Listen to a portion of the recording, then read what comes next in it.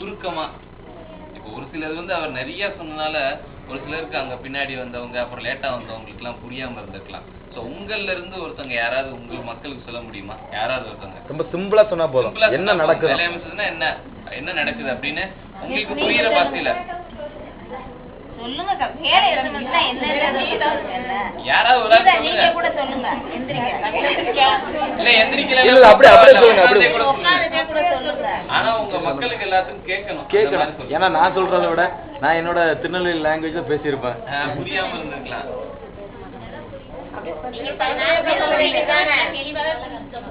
அதான் மத்தவங்களுக்கு புரிஞ்சுதாங்கிறது எனக்கு தெரியும்.